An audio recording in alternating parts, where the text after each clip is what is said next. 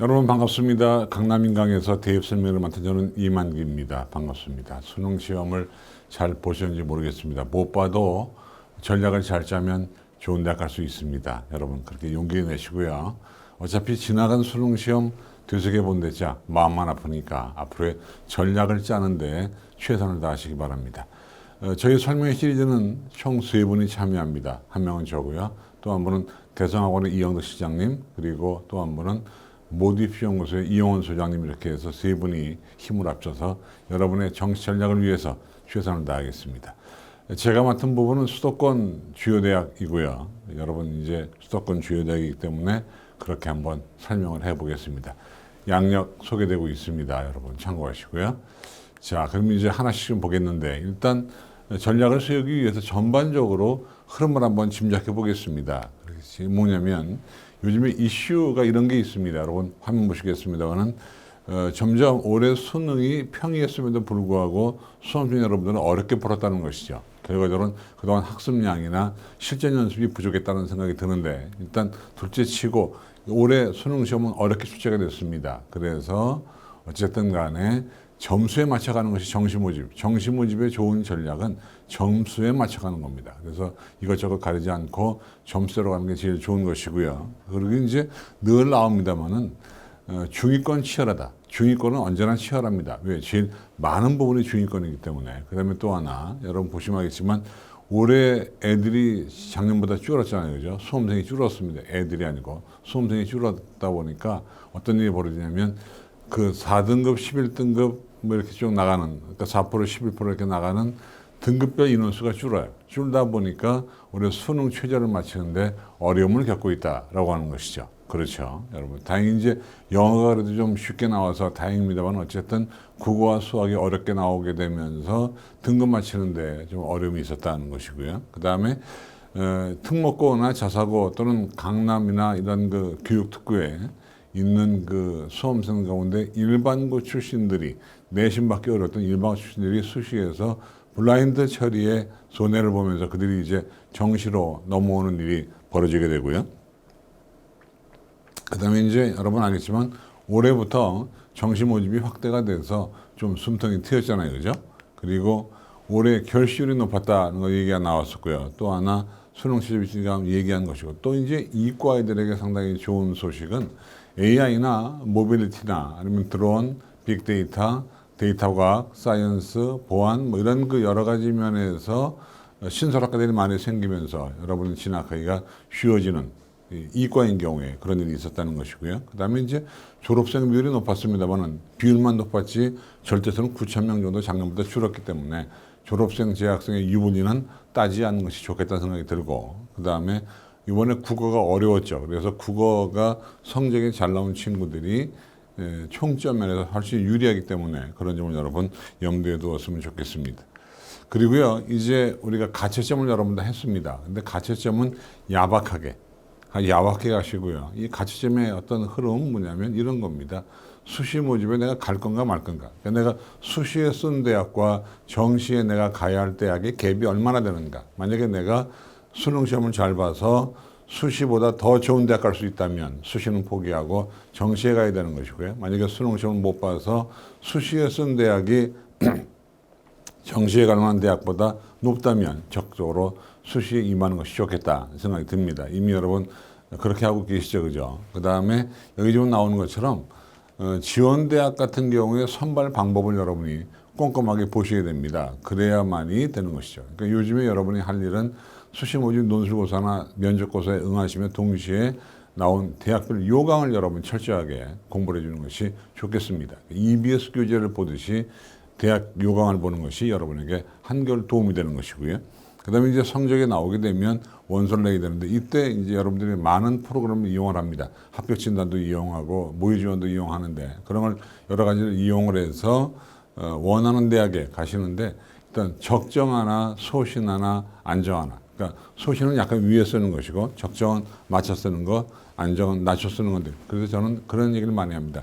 1승 1무 1패의 전략을 썼으면 좋겠다. 그렇죠? 그것이 제일 좋은 전략이라고 저는 생각을 하고 있습니다. 넘어갑니다. 그 다음에 이제 몇 번 강조했지만 우리가 가치점한 이유는 이런 겁니다. 대학은 등급으로 가는 것이 아니고요. 대학은 석차로 갑니다. 그러니까 올해 수험생이 42만 명이든 50만 명이든 몇천 등까지는 어느 대학, 몇천 등은 어느 대학입니다. 이것은 비율 문제가 아닌 것이죠. 그래서 내가 과연 가치적 여유가 전국에서 몇 등인지를 알아놓는 것이 여러분 대학 가는데 좋은 것이고요. 그 다음에 또 하나, 내가 영역별로 어떤 영역이 강점을 보이는지, 내가 국수가 강점인지, 수탐이 강점인지, 아니면 영탐이 강점인지를 파악해 놓는 것 필요합니다. 그런가 하면 내가 시험, 특히 이제 수학, 가나, 과탐에서 가산점을 얼마나 받을 수 있는지, 이건 여러분 계산을 다 해 놓으셔야 될 것 같고요. 그리고 무엇보다도 수시 모집에 가는 사람들은 수시 모집 내가 수능 최저 기준을 충족했는지 아니면 충족하지 못했는지를 분명하게 확인해 주면 좋겠습니다. 아시겠죠? 그죠? 좋습니다. 그 다음에 이제 이건 입시 전략 노트인데요. 여러분 이런 걸 요즘에 만들어 놔야 됩니다. 그러니까 왜냐하면 지금 이제 공부를 하셔야 되는 거죠. 공부를 하는데 일단 내가 100분의 1을 쓰는 대학에 갈 건지 표점 쓰는 대학에 갈 건지 이걸 전부 다 메모를 통해서 내가 어떤 영역을 쓸 건지 어떤 영역에서 강점을 보이고 있는지, 그렇죠? 그런가 하면 영어 등급은 내가 감점하는 데를 가는 게 나을지, 가점이 나은지, 아니면 반영 비율을 주는 것이 나은지, 내가 못 봤다면 반영 비율을 주는 데는 안 가는 게 좋은 거죠. 그죠? 그런 것들. 그런가 하면 제2외국어를 내가 봤는데 이걸 탐구랑 바꿔주는 대학인지 안 바꿔주는 대학인지 이런 것도 우리가 고민할 필요가 있습니다. 이런 내용들을 제가 잠시 후에 여러분에게 화면을 통해서 제시를 할 겁니다. 여러분. 그러니까 오늘 제 강의만 유심히 보셔도 수도권 대학 요강을 쫙 정리하는 그런 기회를 가지게 되는 거예요. 그런가 하면 작년도 내가 가려는 대학에 작년도 입결은 어떠했는지 이런 것들을 우리가 또 작년에 경쟁률은 어떠했는지 이런 것들을 여러분들이 보셔야만이 좋은 겁니다. 그래서 그걸 노트 안에 딱 이렇게 여러분 화면에 나오는 것처럼 노트 안에 딱 만들어서 가지고 있어야, 노트라고 해봐야 A4용지 한 장 정도 엑셀로 만드시고, 여러분 이거 그리기 힘드시면 UA닷컴에 오시면 다운로드 받을 수 있습니다. 확인해 보시고요.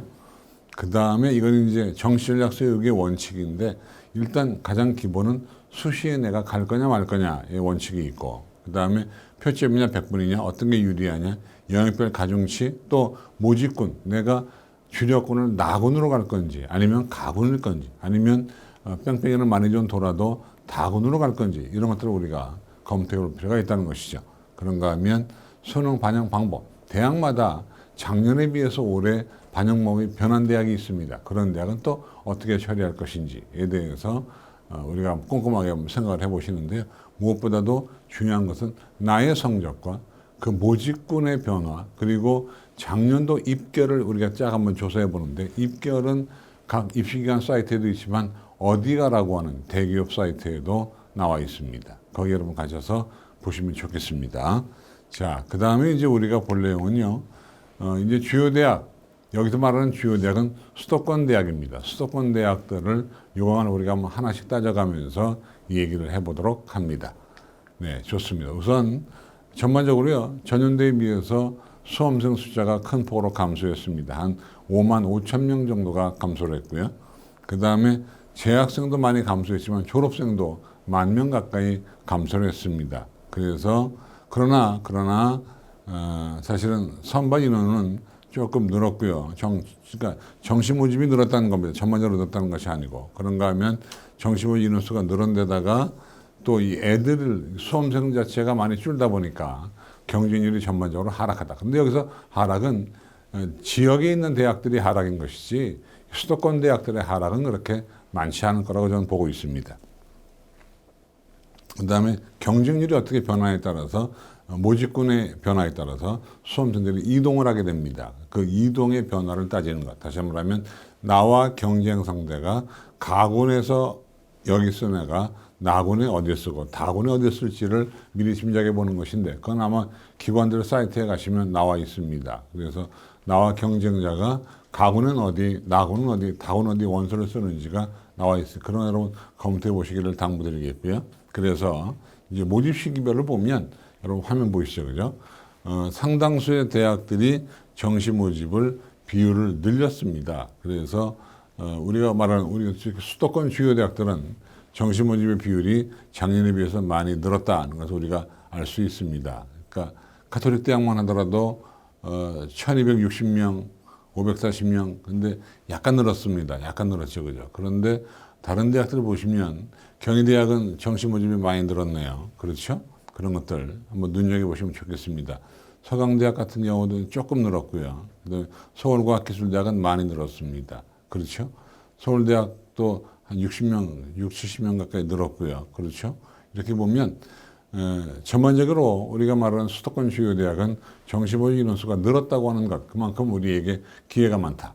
다시 말하면 또 하나 이런 겁니다. 정원도 늘었지만 재학생 가운데 공부를 잘했던 친구들은 대부분 수시에 붙기 때문에 수시보다 정시가 더 약간 널널하게, 좀 말이 좀 이상하지만 약간 여유 있게 들어갈 수 있는 그런 여지도 있습니다. 수시에 떨어졌다가 너무 실망하지 마시고요. 용기를 냈으면 좋겠습니다. 그 다음에 또 이제 쭉 보시겠습니다. 지금 우리가 보면 나와 있죠. 숭실대학, 아주대학, 연세대학 쭉 나와 있는 거 보면 정시 모집 인원수가 많이 늘었다. 아주대학 같은 경우는 100명 가까이 정시 모집이 늘었습니다. 그렇죠? 그런가 하면 쭉 외국어 대학 같은 경우는 조금 늘었고 한성대학 같은 경우는 조금 준 것으로 이렇게 보입니다. 한양대학은 약간 늘었군요. 그죠? 이런 식으로 해서 대학마다 조금 부침이 있습니다만 전반적으로 주요 15개 대학, 주요 16개 대학은 늘었다는 점을 우리가 얘기할 수 있습니다. 늘었다는 얘기는 그만큼 정시에 들어가기가 쉬워졌다는 것을 의미하는 것이죠. 그 다음에 또 이제 이게 이과 수험생들에게 상당히 유리한 얘기인데 첨단학과들이 많이 늘었습니다. 보시면 가톨릭대학교 의생명과학과 인공지능학과, 경희대 인공지능전공, 고려대학이 많이 늘었습니다. 반도체공학과, 융합에너지공학과, 데이터과학과, 스마트보안학부 등등 그래서 나오는 특히 반도체공학과는 SK 하이닉스와 연관지어서 계약학과입니다. 그러니까 입학하는 순간부터 SK 직원처럼 말하자면 취업이 보장된 그런 학과고요. 동명여대 커뮤니케이션 콘텐츠, 글로벌 MIC도 있고요. 상명대학은 지능데이터 융합학부, 서울과학기술대학의 인공지능 응용, 서울시립대학의 융합응용 그래서 인공지능과 연관된 과들이 많이 이과에 개설이 됐습니다. 이렇게 보면 이과 수험생들이 가야 할 길은 넓고 그죠? 높습니다. 근데 우리 문과 수험생들이 가야 할 길은 상당히 어려운 점이 있죠. 그래서 문과 수험생들은 진짜 신중하게 대학과 과를 고르셔야 됩니다. 이어서 보겠습니다. 서울여대 데이터 사이언스, 성신여대 빅데이터 사이언스, AI 융합, 바이오 신약, 세종대학의 스마트 생명산업 융합이 있고 연세대학의 시스템 반도체공학과, 연세대학은 아까 우리가 고려대학교 반도체공학과는 SK와 연관이 있잖아요. 이건 삼성과 연관지어서 만들어 놓은 겁니다. 그래서 역시 이것도 계약과이기 때문에 졸업과 동시에 삼성 반도체 쪽에 취업을 하게 됩니다.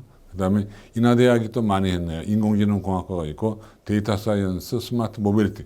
우리가 모빌리티라는 것은 움직이는 것, 자동차 같은 걸 우리가 모빌리티라고 얘기합니다. 요즘에 주말 드라마 스타트업이라는 그 드라마를 하는데 거기 보면 자율주행차 나오잖아요. 그죠? 그런 것이 모빌리티와 연관된 공학이고요.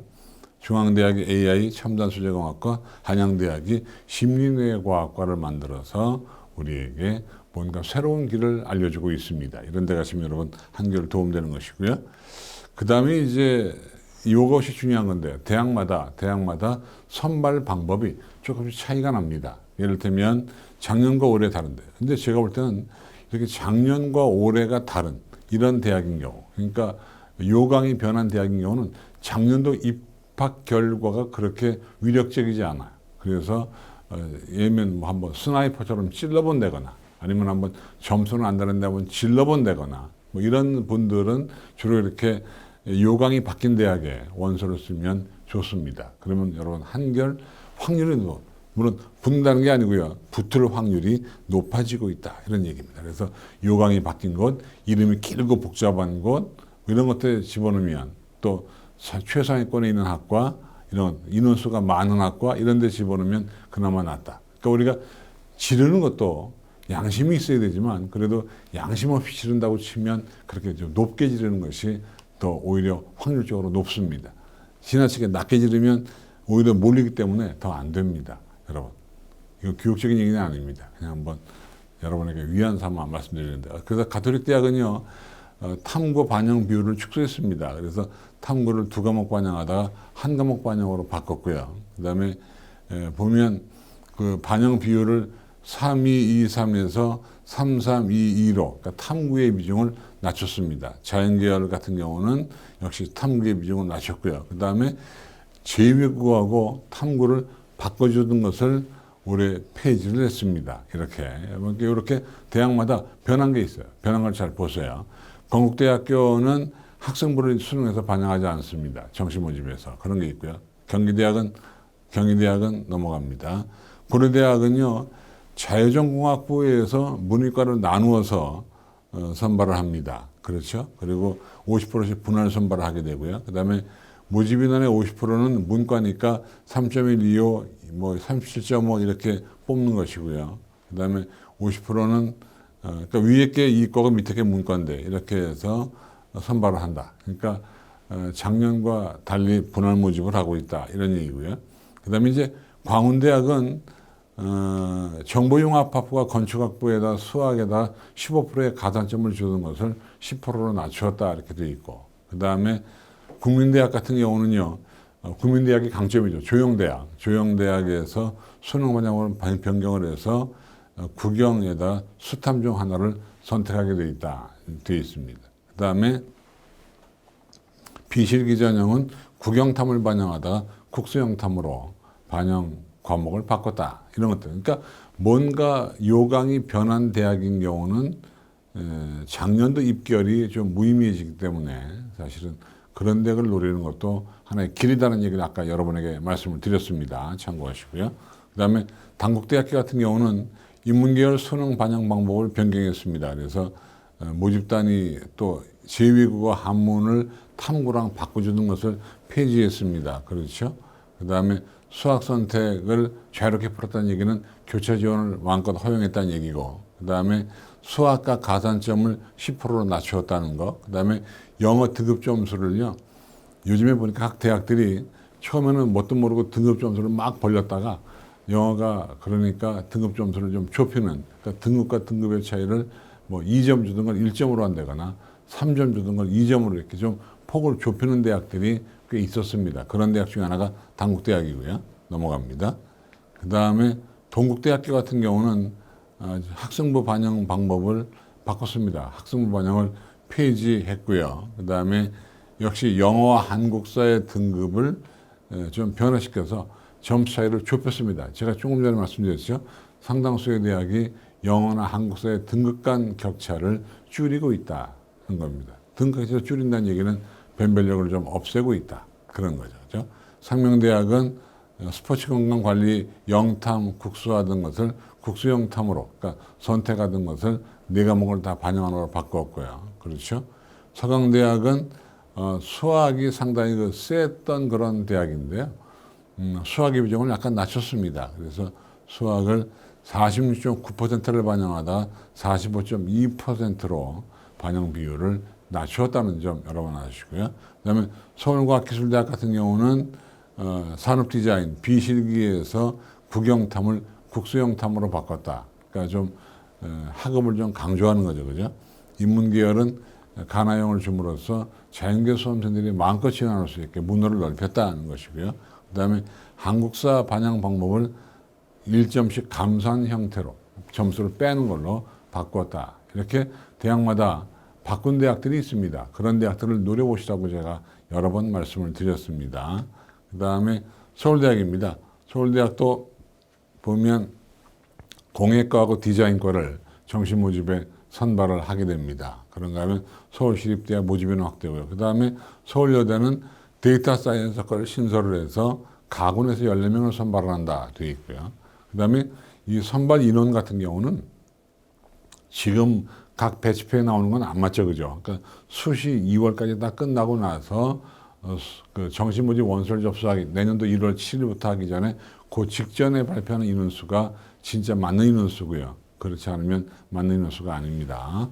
그 다음에 성대가 모집군을 바꿨습니다. 그래서 소프트웨어학과와 반도체 시스템 공학과, 글로벌 바이오메디컬 이런 것들을 나군으로 바꿨고요. 그 다음에 글로벌 리더하고 자연과학 계열을 가군으로 이렇게 바꿨습니다. 그래서 상당히 그런가 하면 영어 가산점 반영 방법부터 바꿨고요. 그 다음에 수능 반영 방법을 바꿔서 국수 반영하던 국수당. 그러니까 가만히 보면 각 대학들이 예체능계에서 반영 과목을 좀 늘리고 있죠. 그렇죠?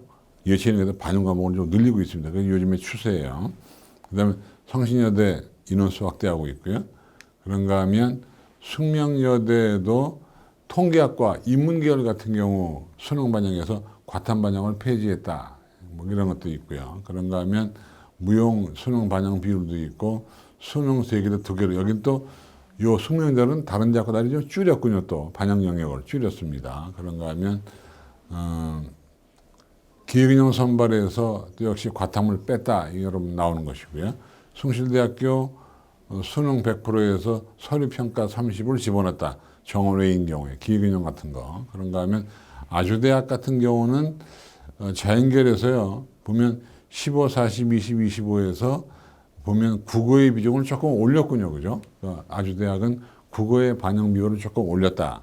그 다음에 의학계하고 국방디지털 융합은 역시 국어의 반영 비율을 좀 높였군요. 그죠? 그리고 의학과 수능 비중을 확대하면서 자기소개서의 작성을 폐지했다는 것이 아주대학교에 나와 있는 내용이고요. 그다음 이화여대 같은 경우는 그렇습니다. 수능 영역별 반영 비율을 조정을 했습니다. 그래서 똑같이 25, 25, 25, 25로 하다가 문과는 국어를, 이과는 수학의 비중을 올려서 반영 비율을 조정을 했다는 것이 올해 이화여대의 차이점이었었고요. 그 다음에 근데 그것은 이제 영어에서 그러니까 영어 반영 비율을 조금 낮추는 효과를 가져왔군요. 그런가 하면 연세대학은 시스템 반도체를 만들어서 정시에 10명을 선발을 한다고 되어 있고요. 인천대학 같은 경우는 동부가 국제통상학부 수능 우수 전형 선발에서 일반 학생 전형 선발로 변경을 했다. 그래서 수능 최저영역 기준을 폐지했다. 정시 모집에 좋습니다. 그 다음에 인하대학은요. 인문계열의 교차 지원을 허용했다는 것이 나와 있고요. 그 다음에 첨단 융합학부 4개를 신설을 했고 일부 학과 모집군을 철학과를 다군에서 나군으로 그런가 하면 전기공학과를 가에서 나군으로 건축학부를 다에서 가군으로 각각 옮겼다. 이것은 경쟁학과들의 영향을 끼치게 되겠죠. 그죠?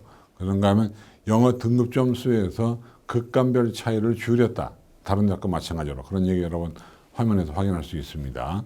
중앙대학은요. 영어 등급별 가산점을 변경해서 역시 급간 차이를 줄입니다. 그러니까 대학들이 영어에서 급간 차이를 많이 줄이고 있습니다.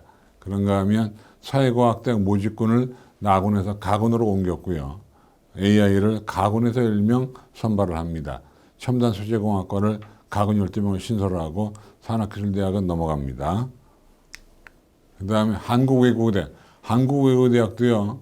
수능 영역별 반영 비율을 변경을 합니다. 그래서 국어의 비중을 좀 낮추고요. 그렇죠. 영어의 비중을 좀 올렸군요. 그러니까 한국외대는 국어의 비중을 낮추고 영어 비중을 올렸습니다. 이렇게 대학마다 반영 비율을 달리 조정을 하면 수능 작년도 입결을 우리가 볼 때 조심해서 보시게 됩니다. 또 그냥 무턱대고 봤다가 안 되는 것이죠. 그럼 한성대학은 서류평가 100%로 특성화고등학교 재직자를 바꿨고요. 한양대학은 데이터 사이언스 학과를 8명, 심리내과학과를 8명을 신설을 했고 그 체육학과나 스포츠산업 이런 데에 영역별 반영 비율을 좀 변경을 시켰습니다. 그래서 국어 45, 수학 15, 영어 10, 탐구 30에서 국어 40 이런 식으로 해서 바꿔놨습니다. 그렇죠? 그러니까 영어 비중은 그냥 두었습니다만 수학 비중을 올렸다. 그러니까 체육학과에서 수학 비중을 좀 올렸군요. 그러니까 수학을 잘해야 한다고 생각했던 것이죠. 이런 식으로 각 대학교가 말하자면 많이 바꿨다. 또 자연계열은 국어 20, 수학 35, 영어 10, 탐구 35에서 이렇게 이제 바꿨습니다. 바꿔서 국어 60, 영어 40을 이렇게 바꿔서 영영어 같은 경우에 이렇게 연극 연출을 바꿔놓았다는 것이고요. 넘어갑니다. 그 다음에 이제 정시 모집 수능 전형의 비중 변화, 수능을 어떻게 반영하느냐에서 많은 대학들이 수능 100%로 가다 보니까 건국대학과 동국대학도 학생부 10% 반영하던 것을 폐지해서 나가고 있습니다. 그래서 전체 대학 중에 한 80% 정도가 수능 100%이기 때문에 정시 모집은 수능의 위력이 절대적으로 중요하다. 이렇게 우리가 얘기할 수 있습니다. 그래서 보면 요즘 화면에 제가 그림으로 표현해놨습니다만 대부분 대학은 수능을 가지고 한 80% 이상의 대학이 수능만 가지고 수험생들을 선발한다고 하는 걸 여러분 아셨으면 좋겠어요. 그러니까 학생부 성적이 안 좋아도 수능만 잘 보면 되는데 문제는 학생부가 들어간다 하더라도 그 영향력이 미미합니다. 그러나 미미하더라도 철저하게 따져서 원서를 쓸 수밖에 없겠다. 여러분 그 점을 기억하시고요. 그런가 하면 모집군이 변화한 대학들이 있다는 점 아까 말씀드렸죠. 모집군들이 많이 변화를 했는데 모집군의 변경은 경쟁대학에도 영향을 끼치게 되어 있다는 점을 여러 번 말씀드렸고 그래서 그냥 단순하게 내 관련 대학의 군을 바꿨다가 아니라 이게 옴으로써 어떻게 군의 다른 애들, 그러니까 그 수험생들이 어떻게 흩뿌리는지를 그 여러분 아셔야 됩니다. 그래서 가능하면 예년도 결과를 찾아가지고 나의 경쟁자들은 가군수 여기를 썼다면 나군수 여기 쓰겠구나 하는 거 우리가 미루어 짐작한데 근데 이제 굉장히 중요한 것이 성대 글로벌 리더나 자연대학 계열이 가군으로 가는 거, 소프트웨어 반도체 글로벌 바이오메디컬 건설환경이 나군으로 가는 거, 또 중앙대학교 사회과학대학이 가군으로 가는 거, 숭실대 평생교육학과 가군으로 가는 거 이런 것들을 우리가 눈여겨보게 되면 전년도 경쟁률 이런 것들이 의미가 없을 수 있어요. 그러니까 반드시 뭔가 변화가 된 그런 것들인 경우는 작년도 결과를 볼 때 조금 더 유심하게 봐야 할 필요가 있겠다는 점을 다시 한번 강조 말씀드립니다. 그래서 어떻게 바뀌는지 한번 확인해 볼까요? 이게 이제 바뀐 거를 보여드리는 거예요. 그러니까 성대가 가군으로 왔다는 것이고, 요 이제 바뀌어 놓은 거를 제가 한번 그림으로 정리해 놓은 거죠. 그러니까 보시면 요즘에 아주 강의를 많이 해서 목이 칼칼합니다. 여러분 양해해 주시고, 이런 쉰 목소리 들어서 좋은 대학 가면 또 좋은 거 아니겠습니까? 그러니까 듣기 싫은 것도 듣고 먹기 싫은 것도 먹어야 좋은 데 갑니다. 기억하시고요. 좋습니다. 그래서 여기 보시면 나군으로 왔다는 거죠. 그러니까 소프트웨어 반도체 시스템이 나군으로 왔고 그 다음에 순천향대는 경찰행정학과가 나군으로 왔다는 거죠. 근데 다군에서 나군으로 오면 경쟁률이 확 떨어집니다. 왜? 다군은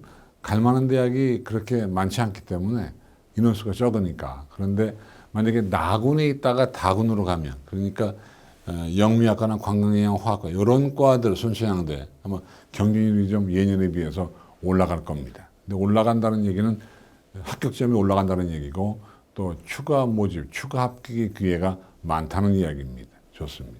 넘어갑니다. 그 다음에 한국외대 경영학부가 다군으로 그러니까 아마 이거 괜히 몰릴 겁니다. 왜냐하면 그 당시 다군에는 중대 경영 정도밖에 없었는데 외대 경영이 절로 가는 바람에 이제 서로 약간 분산되겠죠. 그러니까 중대 경영은 좀 내려오고 외대 경영은 좀 몰리는 이런 일이 벌어질 것 같습니다. 그래서 그걸 주도면밀하게 여러분들이 보셔야 됩니다. 그렇죠, 그죠? 인하대학은 철학과가 나군으로, 그러니까 다군에 있던 철학과가 나군으로 왔다는 얘기는 경쟁률이 떨어지고 점수도 약간 떨어질 가능성이 있다 이렇게 보는 것이죠. 그 다음에 수능 반영, 사실 수능 반영 비율을 우리가 보시게 되는데 보면 서강대학 같은 경우가 수학 비중을 낮췄다고 좀 전에 제가 설명을 드렸어요. 그죠? 그런가 하면 영어 영역의 반영 비율을 조금 낮추거나 극간별 차이를 낮추면서 영어의 비중을 좀 줄이는 대학들이 꽤 있었다는 것이고 그 다음에 광운대 정보융합학부 같은 경우는 수학 가형이 10%, 과탐 5% 주었다. 단국대 죽전 건축은 10%로 낮추었다는 것이고 그 다음에 2022학년도에 제위고 그 한문이 절대평가로 바뀝니다. 그러면서 상당수의 대학에서 탐구형을 폐지하는 대학이 늘었다는 것입니다. 넘어갑니다.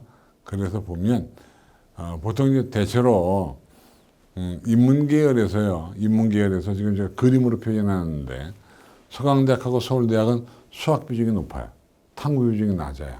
그런가 하면 한양대학하고 이런 데는 수학 비중이 높습니다. 그리고 고려대학교, 성대, 연세대학교, 중앙대 같은 경우는 국어의 비중, 국어 수학과 동시에 비중이 높아졌고요. 그 다음에 한양대 같은 경우는 국수탐의 비중을 확 높이면서 거의 다 모든 과목의 비중을 높여놓은 그런가 하면 자연계열인 같은 경우는요. 누가 뭐라고 해도 수학 비중이 up입니다. up. 그죠? 그러니까 수학 비중이 상당히 많이 올라가고 있다는 점 여러분 아셨으면 좋겠습니다. 좋습니다. 그러면 지금부터 뭘 볼 거냐? 내가 가려고 하는 대학은 어떻게 반영비율이 넘어져 있는지 한번 보겠습니다. 보시면 가톨릭 대학은 가만 눈여겨 쭉 보니까 국어와 수학의 비중이 높으네요. 특히 자연계는 수학 비중, 간호학과는 인문계임에도 불구하고 수학 나형에다 40%의 비중을 두고 있습니다. 그렇죠? 그런가 하면 건국대학 같은 경우는 영어의 비중을 낮춰놨군요. 그리고 근데 자연계인 경우는 자연계도 1, 2인데 자연계 2인 경우는 과학이 과탐을 30%를 주면서 상당히 높게 반영을 하고 있습니다. 공대 쪽이겠죠. 그죠? 그다음에 경기대학교는 사회과학대학 경영학부 경영정보는 문과인데도 불구하고 수학에다가 40%의 비중을 두고 있습니다. 이렇게 최근에 경영경제 같은 경우는 반영 비율을 높이는 수학의 비중을 높이는 대학들이 꽤 많이 나와 있습니다. 여러분 그런 거. 그다음에 경희대학교 나와 있고요. 그래서 보면 역시 경희대학도 사회계열은 인문계열, 사회계열은 경영경제 이런 데요. 이런 데는 수학의 비중이 높습니다. 그러니까 최근에 명문대학을 중심으로 수학 비중을 높이는 대학들이 꽤 나와 있다는 점 여러분 알았으면 좋겠습니다. 그런가 하면 고려대학은 상당히 복잡하게 되어 있습니다. 계열별로 혹은 과별로 좀 약간씩 차이점이 있는데 보면 대체로 국어의 비중이 인문계열은 35.7로 갑니다. 자연계열은 31.3이고요. 가정교육은 35.7로 갔습니다. 간호대학과 컴퓨터는 문과, 이과에 따라서 반영 비중을 좀 다르게 해서 분할해서 선발하고 있고요. 최근에 고려대학교 컴퓨터학과들이 굉장히 성적이 상당히 많이 올라가고 있습니다. 그래서 고려대학은 사이버 국방 또는 뭐 컴퓨터학과 이런 과들의 위력이 매우 센 그런 거고요. 이화여대 같은 경우는 통합 선발을 하게 되는데 과거에는 25 이렇게 하다가 그렇지 않고 국어와 수학에다가 영어에서 5%씩을 떼다가 더 붙여놓았다는 것이고요. 그런가 하면 광운대학교, 국민대, 단국대, 동국대, 동국여대를 보면 주로 이제 여러분 보시면 국민대학은 100분입니다. 근데 사실 100분위로 하든 표점으로 하든 뽑는 데 큰 영향은 없습니다만은 약간의 차이점이 있을 것 같고요. 그 다음에 단국대학교도 나와 있고 또 오른쪽에 보시면 여기에 과목별로 어떤 가산점을 주는지가 나와 있기 때문에 내가 특정 과목을 잘 봤다면 가산점을 주는 곳으로 여러분 갔으면 좋겠습니다. 좋습니다. 그런가 하면 상명대학교도 계열별로 많이 다르군요. 그죠? 그러니까 똑같은 이과라고 해도 수학교육과는 수학 가형에다가 40%를 갖다가 부여합니다. 강조하는 거죠. 그죠? 서강대학교는 전 모집 단위, 문과, 이과 공이 45.2% 수학을 두고 있고요. 그런가 하면 서울과학기술대학교 문예창작학과는 수학 반영을 안 하는군요. 그죠? 그렇게 나와 있습니다. 그런가 하면 서울시립대학교 같은 경우는 자연계열 쭉 보다 보면 특히 경영학부하고 세무경영학부 이게 참 재밌는 건데 보시면 여기 쭉 보면요. 이거 보세요. 보시면 어떻게 나옵니까? 경제학부하고 세무경영학부는 수학 가능에다 35%의 영향력을 주고 있습니다. 그러니까 사탐 과탐은 비중을 확 낮추면서 그죠? 근데 자연계열은 수학 비중이 적네 그러지만 과탐의 비중을 40%씩 주기 때문에 차이가 좀 있습니다. 여러분 이런 점을 눈여겨서 보시게 돼요. 그러니까 허투루 보시면 안 돼요. 그래서 반영 비율을 따져가지고 가야 되는 거죠. 서울대학은 역시 수학 비중을 40% 높게 반영을 하고 있고요. 서울여대인 경우는 문과는 30% 국어에다가 이과는 국어에다가 20%의 비중을 두고 있습니다. 탐구는 한 과목을 반영하는군요. 그러면 뭐 굉장히 좋은 거죠. 좋은 과목 하면 내면 되는 거니까 우리가 낸다고 얘기하지만 자동으로 컴퓨터가 가져가는 겁니다. 여러분. 그 다음에 성대 나와 있고요. 세종대 나와 있습니다. 숭실대 보시면 숭실대는 인문계열은 35. 자, 경상계열. 아까 제가 몇 번 강조했죠. 거의 모든 대학들이 경상계열은 수학에다가 높은 비중을 두고 있다. 여러분 아시면 좋겠습니다. 그런가 하면 그 다음에 이제 성신여대. 아유, 굉장히 복잡하네요. 그러니까 보시면 인문계열은 국어에다 30%를 주지만 경제경영은 20% 주고요. 그 다음에 이과는 수학에다가 30%를 주면서 국어에다가 10%. 그러니까 이 성신여대는 국어의 비중을 아주 낮춰놓은 그런 대학입니다. 오히려 영어보다도 비중을 적게 만들어 놨잖아요. 국어란 10%밖에 반영을 안 하니까 영어보다도 비중이 낮춰 있는 그런 양상을 띠고 있습니다. 그런가 하면 세종대, 숙명여대 나와요. 숙명여대도 여기 수학과는요. 수학과는 저기 보시면 알겠지만 수학 가형에다 50%를 주잖아요. 어마어마하네요. 그러니까 수학과는 50%를 줍니다. 50%. 100분위 반영하면서. 통계학과도 50%, 컴퓨터과학과는 35%. 그죠? 그러니까 상당히 많이 주고 있습니다. 그러니까 수학과인 경우는 국어와 탐구를 합쳐서 30%를 주면서 수학에다가 50%를 주니까 상당히 수학 성적이 높으면 숙대 가기가 쉬워졌다. 이런 얘기를 우리가 얘기할 수 있는 거예요. 그 다음에 숭실대 나와 있고요. 아주대학교도 비슷하게 나와 있어요. 연세대학교는 큰 변화가 없습니다. 여러분 보시면 탐구, 사탐의 비중은 낮추면서 과탐의 비중은 높여놓은 그런 대학이고요. 그렇죠? 근데 연세대학은 중요한 점이 과탐을 서로 다른 두 과목입니다. 원투를 할 필요는 없지만 서로 다른 두 과목을 가지고 가야 좋게끔 이렇게 나와 있고요. 그 다음에 인천대학입니다. 그 다음에 인하대학은요. 인하대학은 공간정보공학부 인문학, 요거는 이제 수학에다가 30%를 주는 것이고, 아태물리학부 글로벌 금융, 여기도 수학이 중요하니까 30%의 비중을 수학에다가 두고 있습니다. 좋습니다. 중앙대학은 인문계 40, 자연계 수학 40. 그러니까 중앙대학은 국어와 수학의 비중을 상당히 높이 하고 있고요. 영어 비중을 낮춰놨습니다. 이렇게 대학마다 비중의 차이가 서로 다릅니다. 그 다음에 또 볼까요? 한국 외대인 경우는 뭐 당연히 영어가 셀 것 같지만 그러나 보면 국어하고 수학 비중이 상당히 세고요. 영어보다 셉니다. 그 다음에 한성대학은 선택 한 과목, 사탐의 한 과목이고요. 15%밖에 안 됩니다. 그 다음에 한양대학 역시 계열별로 다른데 늘 차이 얘기했지만 상경계열인 경우는 40%의 수학 비중을 두니까 어마어마한 것이죠. 그죠? 자, 넘어갑니다. 자, 그 다음에 이제 우리가 볼 것은 영어 비율입니다. 영어. 점점 아까 우리가 얘기했지만 영어를 수도권 대학들이 점점 낮추고 있잖아요. 그래서 보시면 비율 반영 몇 프로, 20%, 15% 반영하는 대학들이 있고 가점도 있고 감점도 있습니다. 그러니까 감점하는 대학은 영어의 비중이 그렇게 크지 않다고 보는 것이고요. 그렇죠? 그 다음에 비율 반영하는 대학은 영어 비중이 큰 겁니다. 그러니까 가점이나 감점에 비해서 비율을 반영하면 영어 반영 비율이 높다 이렇게 보는 것이죠. 영어 비중이 크다 이렇게 보는 것입니다. 그럼 한번 확인해 보겠습니다. 자, 이건 어떻게 하는, 제가 써놨습니다. 보시면 우리가 여기서 유념할 건 뭐냐면요. 등급 간 격차입니다. 그러니까 가톨릭 대학은 1등급과 2등급 차이를 4점을 뒀습니다. 그죠? 그런가 하면 건국대학은 역시 4점.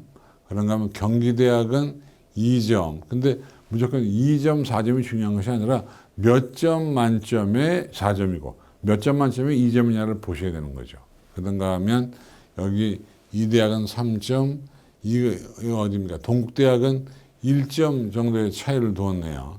동덕여대는 3점, 상명대는 2점. 그렇죠? 그러니까 이렇게 해서 점수의 격차가 좀 벌어지게 됩니다. 근데 서울대학은 0.5점을 감점합니다. 그러니까 서울대학은 영어 2등급 받아도 그렇게 크게 영향력은 없다. 이렇게 우리가 볼 수 있는 것이죠. 근데 서울대학에 오는 친구들이 뭐 2등급 받겠습니까? 다 1등급 받겠죠. 이런 것들. 그 다음에 항상 점수 볼 때 만점에서 몇 점이 빠지냐 이걸 보셔야 되는 거예요. 서울여대 3점, 성대 3점, 성신여대가 비율이 크네요. 이건 5점 정도 차이니까 상당히 격차가 크게 나와 있는 것이고요. 아주대학은 비율 반영하면서 8점 정도의 차이를 두니까 꽤 큰 것이죠. 이런 것들. 여러분, 그러니까 대학마다 영어 비중이 큰 대학이 있고 영어 비중이 낮은 대학도 있고 그렇죠. 쭉 보시면은요. 눈으로 한번 쭉 보세요. 만약에 안 보이시면 화면 정지했다가 보시면 됩니다. 그리고 답답한 친구들은 제가 말이 좀 느리잖아요. 1.4배속으로 보시면 됩니다. 근데 입시는 천천히 생각하면서 들어야 되기 때문에 강의가 아니잖아요. 그러니까 천천히 그냥 들어주시면 좋을 것 같아요. 그 다음에 한성대학교도 3점 차이로 나와 있기 때문에 이거 이화여대 같은 경우는 약 2점 차이 아니에요. 그죠? 연세대학도 5점 차이인데 연세대학은 비율 반영이니까 연세대학은 큰 거죠. 그러니까 연세대학은 2등급 받으면 상당한 어려움이 있는 건데, 근데 대학들이 보면 또 4등급 이하로 가면 점수가 확 떨어집니다. 이런 식으로 여러분. 그러니까 눈여겨보시기를 당부드려요. 그 다음에 이제 가산점. 각 대학들이 어떤 가산점을 주느냐라고 하는 건데, 보시면 대체로 보면요. 과탐하고 수학, 가형에다 가산점을 주는데, 여기 나오잖아요. 그죠? 10% 정도가 되면 뒤집기가 어려워요. 그러니까 한 5% 정도는 뒤집을 수 있는데 10% 정도가 되면 뒤집기가 어렵습니다. 그래서 이 가산점도 꼼꼼하게, 그러니까 가중치는 그 과목의 비율 자체를 높이는 것이고 가산점은 더해주는 겁니다. 그러니까 총점보다 넘어갈 수 있어요. 가산점을 주기 때문에. 그렇죠? 좀 나와 있어요. 근데 보시면 나형은 전부 다 수학은 가형이 어려우니까 가산점을 주고 있습니다. 넘어갑니다. 그 다음에 과탐 같은 경우도 과탐 2를 하면 가산점을 줍니다. 그러니까 2한 친구들은 좀 유리할 수 있는 양상이 떼어져 있고요. 그 다음에 제2외국어, 그러니까 탐구를 제2외국어와 바꿔주는 그런 대학들이 거기에 있습니다. 보시면 건국대학하고요, 경희대학하고 광운대, 동국대, 서울시립대, 성대, 성신여대, 숙명여대 같은 대학은 탐구하고 바꿔줍니다. 그 다음에 숭실대학교, 연세대학교, 이화여대, 인하대, 중앙대, 외대, 한양대는 보면 하나, 둘, 셋, 넷, 다섯, 여섯, 일곱, 여덟, 아홉, 열, 열하나, 열둘, 열세, 한 열 몇 개 대학 정도가 바꿔주네요. 그러니까 그래서 이제 이것 때문에 우리 수험생 여러분들이 아랍어를 보는 겁니다. 아랍어를 보는 이유가 저기에 있는 것이죠. 근데 문제는 이게 제도가 없어질 것 같습니다. 내년부터는. 왜냐하면 절대평가로 바뀌기 때문에 바꿔주기가 애매한 면이 있어요. 그리고 서울대학은 제2외국어를 인문계열은 꼭 봐야 됩니다. 그러니까 서울대학은 제2외국어를 안 보면 인문계열에 지원할 수가 없습니다. 여러분. 그 점을 아셔야 됩니다. 그러니까 특히 또 서울대학은 과탐 2를 해야 되고요. 이런 식으로 해서 대학마다 제약 조건이 있습니다. 그 제약 조건을 잘 따져서 여러분들이 임하셔야 된다. 몇 번 말씀을 드렸습니다. 자, 건국대학교는 인문계, 그러니까 모든 계열이 다 바꿔주는 것이 아니고요. 바꿔주는 게 있는데, 그렇죠? 그 다음에 숭실대학 보시면 재밌는 게 있잖아요. 인문계열 사탐 응시 시에 독일어, 프랑스어, 중국어, 일본어, 한문만 인정한다. 그러니까 아랍어는 인정하지 않는다 그 말입니다. 이런 것도 있습니다. 그러니까 아랍어 본 친구들은 탐구 대체를 인정을 못 받는 거예요. 그런 식입니다. 기억하시죠? 그죠? 자, 그 다음에 서울대학은 나와 있고요. 한양대학은 인문계열, 인하대학도 인문계열, 그렇죠. 근데 성신여대는 인문계와 자연계열. 그러니까 자연계 아이가 인문계로 교차 지원했을 때도 저런 가산점을 탐구 과목을 교체해 준다는 얘기니까 가장 좋게 되어 있습니다. 그러니까 또는 자연계생이 제2외국어 봤으면 과탐으로 바꿔주는 건데, 근데 사실 자연계 수험생이 과탐을 보기가 쉽지 않죠. 그렇죠? 자, 이렇게 해서 우리가 봤습니다. 그 다음에 이제 요거는 입시 결과입니다. 제가 모든 걸 가져온 건 아니고요. 그냥 대표적인 대학 몇 개를 가져왔는데, 모든 대학이 다 있습니다. 다 있는데 우리가 볼 거는 이건 환산 점수에 의한 70% 커트라인, 최종 등록자에. 그 다음에 요거는 100분의 1. 우리가 환산 점수는 잘 보기 어려우니까 100분의 1을 보시면 됩니다. 100분의 1을 보시면. 근데 70%니까요. 그 커트라인하고 차이가 있습니다. 그래서 여기에 안 돼도, 70%에 안 돼도 지원할 수 있습니다. 왜? 70%는 커트라인하고 차이가 큽니다. 여러분. 100분의 1로 따질 때 2, 3점 차이가 날 수도 있어요. 그러니까 용기를 내서 한번 지원했으면 좋겠다는 생각이 들고요. 이건 지금 중에 일부 대학만 가져왔습니다만은 가시면 전체 대학이 다 있습니다. 그리고 하나 더. 요거는 뭐냐면 지원 가능 점수입니다. 그러니까 물론 모든 대학을 다 할 수 없으니까 대표적인 대학 몇 개만 가져왔는데 이건 이제 가채점 결과를 가지고 한 거기 때문에 실질적 결과는 좀 다를 수 있습니다. 그래서 대표적인 대학 몇 개를 가져와서 저희 여기서 본사라는 것은 제가 봉직하는 UA라는 회사고요. 여기서 A사는 UA가 아닌 다른 곳. 그게 이렇게 입시 기간마다 내용이 다를 수 있다는 걸 제가 말씀드리겠습니다. 그리고 대학마다 또는 뭐 과마다 약간 차이가 좀 있고요. 그런가 하면 각 입시 업체에서 모의 지원하잖아요. 저희 회사도 하고 있는데 보통 이제 알고리즘을 굉장히 복잡하게 만들어서 모의 지원을 하는데 한번 이용해 보는 것도 괜찮습니다. 여러분, 여러분 이용하면 다 좋은 일이 있을 것 같고요. 자, 이렇게 해서 제가 수도권 대학에 대한 강의를 마쳤고요. 아무쪼록 여러분 제 강의 듣고 뭐 자세히 알 수 없는 어떤 감 정도는 잡을 수 있겠죠, 그죠? 감 잡으시고 또 당부드리건데 코로나 꼭 유의하시고요. 건강하시고 또 마지막으로 한 말씀 이 강의를 봤다는 이유만으로 떨어질 분들이 올해 꼭 대학에 붙었으면 좋겠습니다. 합격을 기원하면서 제 강의 마치겠습니다. 고맙습니다. 합격을 기원합니다. 안녕히 계십시오.